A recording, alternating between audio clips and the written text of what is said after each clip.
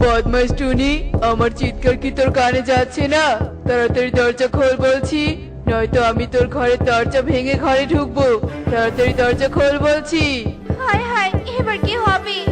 বদমাস কালু তো চলে এসেছে। কালুর জ্বালায় আমি শান্তিতে একটা দিনও খাবার খেতে পারি না। খাবার জোগাড় করে আনলেই জোর দেখিয়ে খাবার নিয়ে যায়। আজ তো মনে হচ্ছে দরজাটা ভেঙেই ফেলবে। কি হলো কি? আমার কথা কি শুনতে পাচ্ছিস না? আমি এত ডাকছি তবুও দরজা খুলছিস না। একবার যদি দরজা ভেঙে ভিতরে যায় তবে তোর আর রক্ষে রাখবো না। কালু কাক চিৎকার করে করে দরজায় ধাক্কা দিচ্ছিল, আর হঠাৎই দরজাটা ভেঙে যায়। আর কালু কাক রাগে গজগজ করতে করতে টুনির ঘরে ঢোকে। খবরদার কালু দাদা, একদম গায়ের জোর দেখাবে না কিন্তু। আমার দরজাটা ভেঙে ফেলে তুমি আমার অনেক বড় ক্ষতি করলে। এই দরজা এবার আমি মেরামত করব কিভাবে? মাত্র তো ঘরের দরজা ভেঙেছে, এবার তোর আমি হাড় হাড্ডি সব ভেঙে ফেলবো। আমি কখন থেকে ডাকছি, তুই দরজা খুলিসনি। এবার তোকে বোঝাবো মজা। কালু কাক রাগে গজগজ করতে করতে টুনিকে খুব জোরে ঘুষি মারে, আর টুনি ছিটকে গিয়ে দেয়ালে ধাক্কা লেগে পড়ে যায়। আর কালু কাক বাক্স খুলে সব শস্যদানা নিয়ে চলে যায়।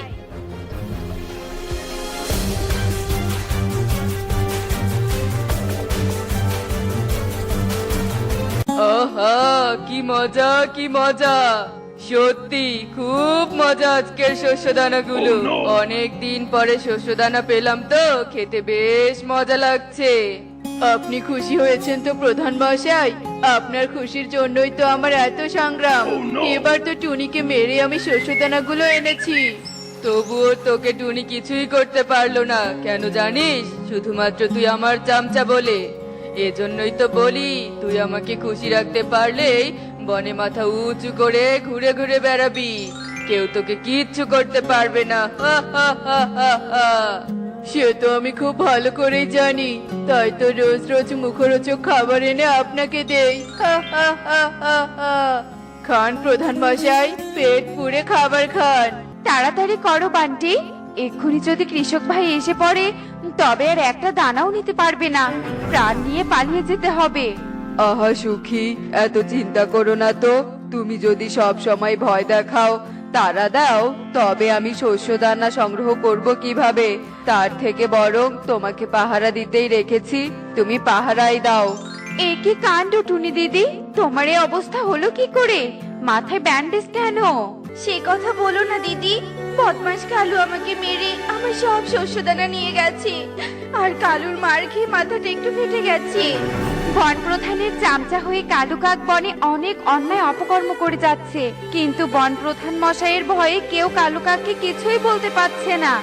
সে কারণেই তো কালুর মার খেয়ে চুপ করে আছি। তবে কালুকে আর শস্যদানা নিতে দিব না। শস্যদানা সংগ্রহ করে বাসার বাইরে লুকিয়ে রাখবো, যাতে আমার কষ্ট করে সংগ্রহ করা শস্যদানা কালু জোর দেখিয়ে না নিয়ে যেতে পারে। সেটাই ভালো হবে। যাও টুনি দিদি, জলদি যাও, বান্টির সাথে শস্যদানা সংগ্রহ করো। আমি পাহারা দিচ্ছি, কেউ এলেই তোমাদের সতর্ক করব। যাও যাও। শয়তান টুনি, তুই কি আমার হাতের মার খেয়ে বাসা ছেড়ে পালিয়ে গিয়েছিস নাকি? আজ তো আমার বাসাতে একটা শস্য দানাও নেই। আসলে কি টুনি বাসা ছেড়ে পালালো?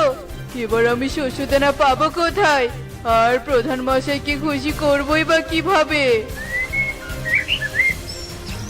বদমাইশ ইতর কালু কাক খুব চালিয়েছে, শস্যদানার জন্য আমাকে মেরেছেও। এবার আর কালু একটা শস্যদানা খুঁজে পাবে না। আর রোজ আমি এই কলার বাগানে এসে শস্যদানা খেয়ে যাব। বর্ষার সময় আমাকে আর কষ্ট করে শস্যদানা খুঁজতে হবে না। এসব চিন্তা করে টুনি শস্যদানাগুলো লুকিয়ে রেখে বাসার দিকে উড়াল দেয়। আর বাসায় গিয়ে টুনি দেখে তার পুরো বাসা লন্ডভন্ড হয়ে আছে। এমন এলোমেলো বাসা ঠিক করতে গিয়ে টুনি আরো বেশি অসুস্থ হয়ে যায়। বেশ দেরি হয়ে গেল। সে কবে সুখী দিদি খবর দিয়েছিল টুনি অসুস্থ। বাসায় কাজকর্মের চাপে অসুস্থ রোগীকেও সময় মতো দেখতে যেতে পারে না। আরে বাজ, আমি কি দেখছি? আমি কি ভুল দেখছি? কলা গাছে আবার শস্যদানা হয়েছে। এবার কি সত্যি সত্যি আমার ভ্রম হলো নাকি? না না, এসব না দেখে আমি বরং টুনিকে দেখতে চাই। আমার তো আবার পথে ঘাটে ভ্রম হয়, উল্টাপাল্টা কাজও করে ফেলি। এসব চিন্তা করতে করতে মিষ্টি টিয়ে কলা বাগানের দিকে না তাকিয়ে চলে যায়। আর টুনির বাসায় গিয়ে দেখে সুখীর সেবা যত্নে টুনি প্রায় সুস্থ হয়ে গিয়েছে। আরে মিষ্টি দিদি যে, তুমি এতদিন পর! টুনি দিদির অসুস্থতার খবর তো আমি তোমাকে বর্ষা শুরু হওয়ার আগেই পাঠিয়েছিলাম। আর তুমি কি না বর্ষা পেরিয়ে শীতের সময় টুনি দিদিকে দেখতে এলে? সে কথা আর বলিস না সুখী, সংসারে জ্বালা ছানাপোনার জ্বালা, পুরো বর্ষার মৌসুমে বাসা থেকে বের হতে পারেনি। তাছাড়া তো ভ্রম রোগ আছে। এই যে দেখ না, আজই আসার সময় দেখলাম কলা গাছে খাবার হয়েছে, না মানে শস্যদানা হয়েছে। বড্ড হাসালে গো মিষ্টি দিদি। কলা গাছে আবার শস্যদানা হয় নাকি? কলা গাছে কলা হয়। সত্যি সত্যি সত্যি যে তোমার ভ্রম রোগ আছে, সেটা যে আজ বিশ্বাস হলো আমার। আহ সুখী দিদি, হেসো না তো, হেসো না। মিষ্টি দিদির কথা শুনে অত হেসো না। কত দূরের পথ পাড়ি দিয়ে এসেছে মিষ্টি দিদি, তুমি বরং মিষ্টি দিদিকে একটু শরবত দাও। এসব কথা বলে টুনি গম্ভীর হয়ে যায় আর মিষ্টি টিয়ের কথাটা গভীরভাবে চিন্তা করতে থাকে। দেখতে দেখতে প্রায় বেশ কিছুদিন কেটে যায়। আরে আমার তো কপাল খুলে গেছে রে।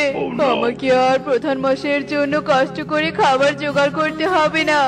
এখন থেকে আমি এই শস্যদানা নিয়ে গিয়ে প্রধান মশাইকে দিব। টুনি অসুস্থ হওয়ার পর তো বহু কষ্টে রোজ খাবার জোগাড় করেছি, আর হবে না এত কষ্ট।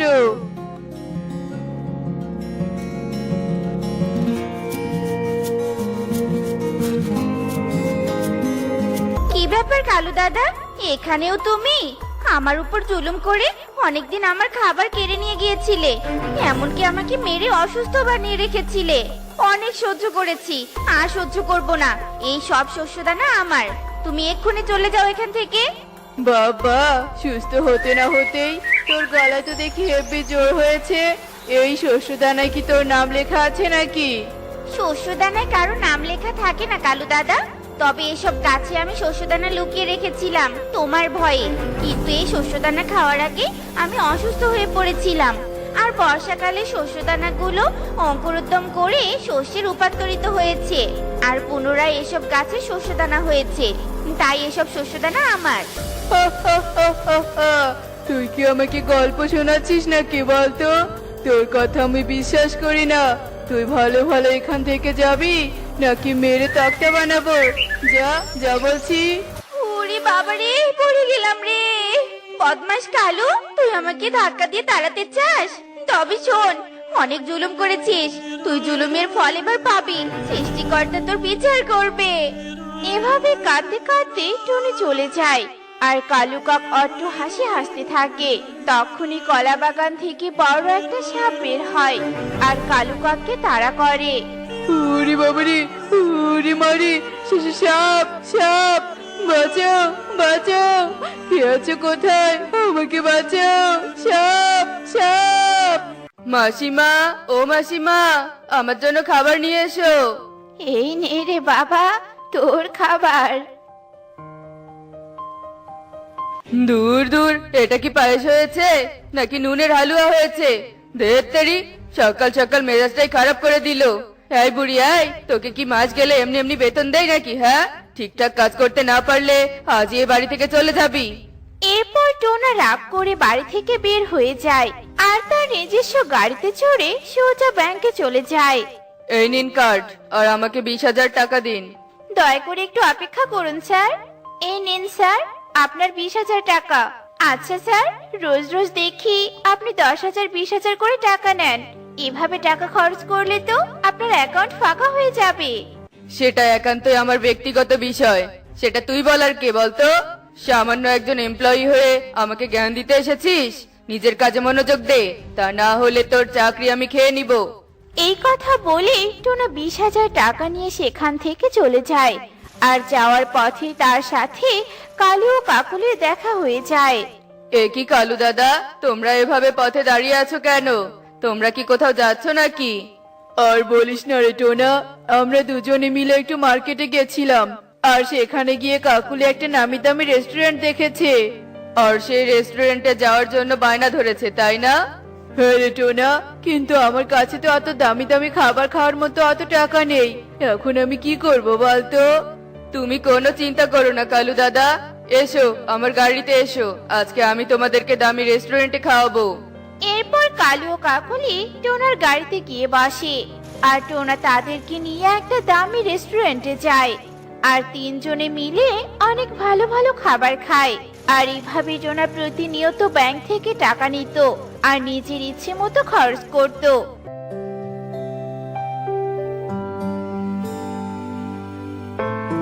আর অনেক রাত করে বাড়ি ফিরে আসতো আর অন্যের কথা তো দূরের কথা, নিজের মায়ের কোনো কথাই শুনতো না। আর এভাবে দেখতে দেখতে প্রায় বেশ কিছুদিন কেটে যায়।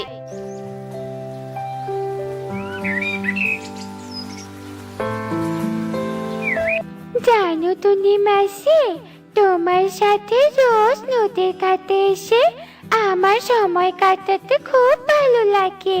তুমি খুব ভালো গো টুনি মাসি। তোর সাথে সময় কাটাতে আমারও খুব ভালো লাগে রে। তুই ছাড়া যে এই পৃথিবীতে আমার নিজের কেউ নেই। টুনি মাসি, কে যেন এদিকে আসছে, আমি তাহলে আজ যাই। কেউ যদি তোমার সাথে আমাকে দেখে ফেলে তাহলে যে অনেক বড় সমস্যা হয়ে যাবে। এই কথা বলে মেঘকন্যা উড়ে চলে যায়। এদিকে কামিনী বৃদ্ধা টুনির কাছে আসে আর বলে, এ কি রে মা, তুই এখানে বসে আছিস আর আমি তোকে খুঁজে মরছি। কেন গো বুড়িমা, তুমি আমাকে খুঁজছো কেন বলো তো? শোন রে মা, মিনু দিদি তোকে ডেকে পাঠিয়েছে, তাই আর দেরি না করে এক্ষুনি তুই মিনু দিদির বাড়িতে চলে যা। এই কথা বলে কামিনী বৃদ্ধা সেখান থেকে চলে যায় আর টুনিও মিনু বৃদ্ধার বাড়িতে চলে যায়। বুড়িমা, তাড়াতাড়ি আমাকে খেতে দাও, এক্ষুনি আমাকে বাইরে বের হতে হবে। কামিনীকে ডেকে আর কোনো লাভ নেই রে বাবা।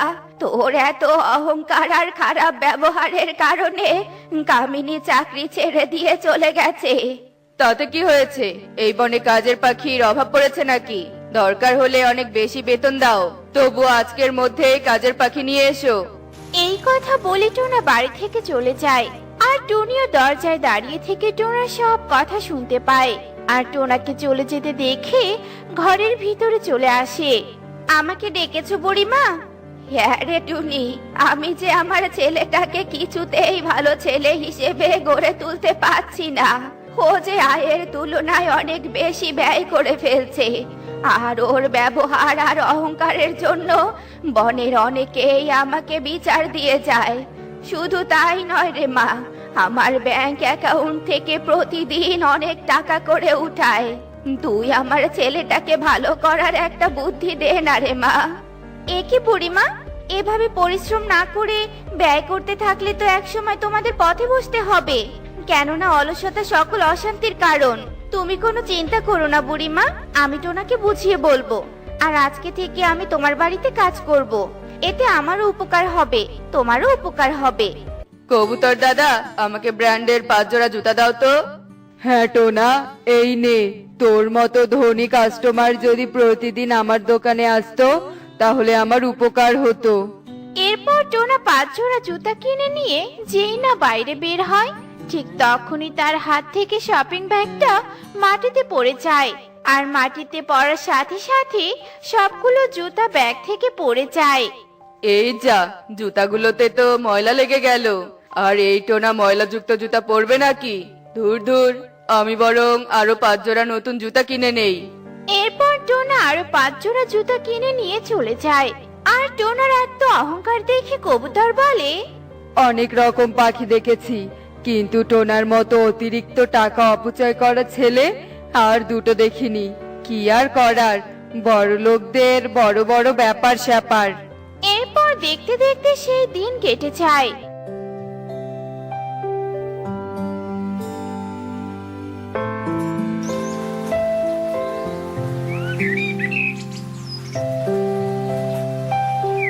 শোন মেঘকন্যা, তোকে আমার একটা উপকার করতে হবে।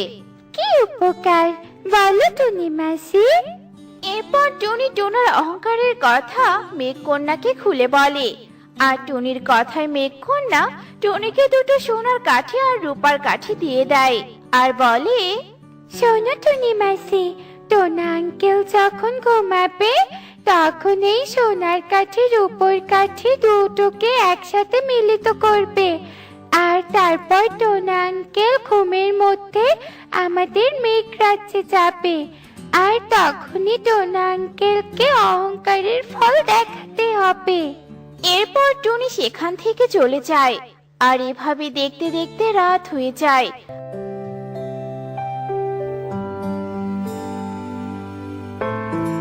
আর রাত হতেই টোনা ঘুমিয়ে যায়।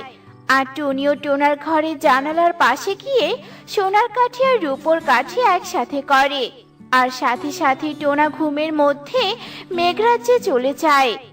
এসো টোনা আঙ্কেল, আমার সাথে এসো। এখন তোমাকে যে ওই ইটগুলো ভাঙতে হবে। এ কি, তুই তো একটা মেঘ কন্যা, তার মানে আমি মেঘরাজ্যে চলে এসেছি? কিন্তু কিভাবে?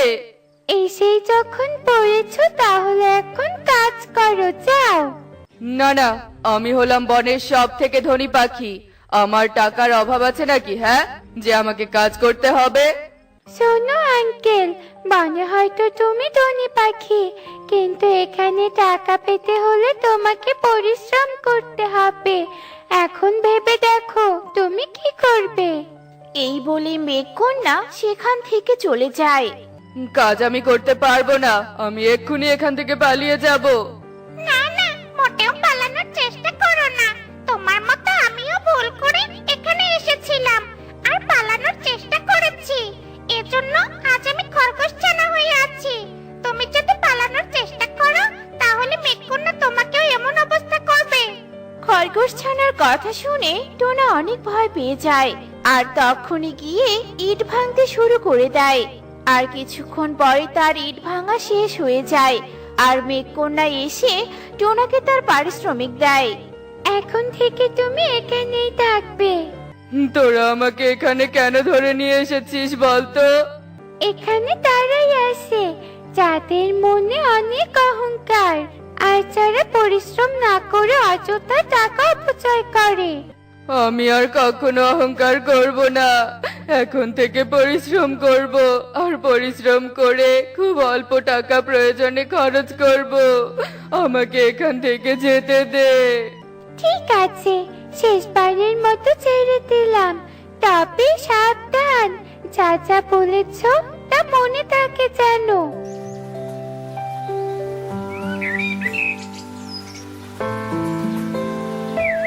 এ কি, আমি তো আমার ঘরেই আছি, তবে কি এতক্ষণ আমি স্বপ্ন দেখলাম?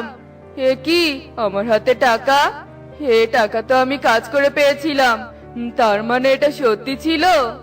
এসব তুই কি বলছিস রে বাবা? ও কিছু না মা, এতদিন তোমার সাথে আমি অনেক খারাপ ব্যবহার করেছি, আমাকে তুমি মাফ করে দাও মা। আর এই নাও আমার পরিশ্রমের টাকা, এখন থেকে আমি পরিশ্রম করব মা। পরিশ্রম করলে সফলতা আসে, আর অলসতা আর অহংকার আমাদের ধ্বংস করে দেয়। আমি কাজের খোঁজে যাচ্ছি মা। এ কথা বলে টোনা বাড়ি থেকে বের হয়ে যায়। তোকে অনেক ধন্যবাদ রে টুনিমা, তোর জন্য আমার ছেলেটা ভালো পথে ফিরে এসেছে, তাই আমি তোকে 10,000 টাকা উপহার দিব। এরপর মিনু বৃদ্ধা টুনিকে 10,000 টাকা উপহার দেয়। আর সেই টাকা নিয়ে টুনি নদীর পাড়ে চলে যায়।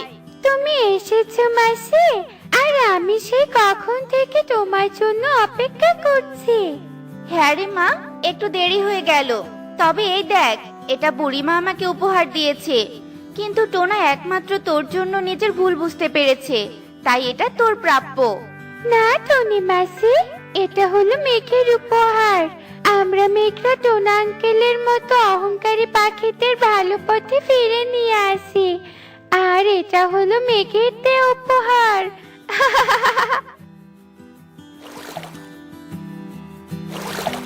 দেখলে তো বন্ধুরা, অতিরিক্ত অপচয় আর অহংকার করলে কি হয়। এমনই সব শিক্ষণীয় মজার মজার টুনি পাখির গল্প দেখতে আমাদের পাশে থেকো। আর গল্পগুলো কেমন হয়েছে তা কমেন্টে জানাতে ভুলো না কিন্তু। Bye bye.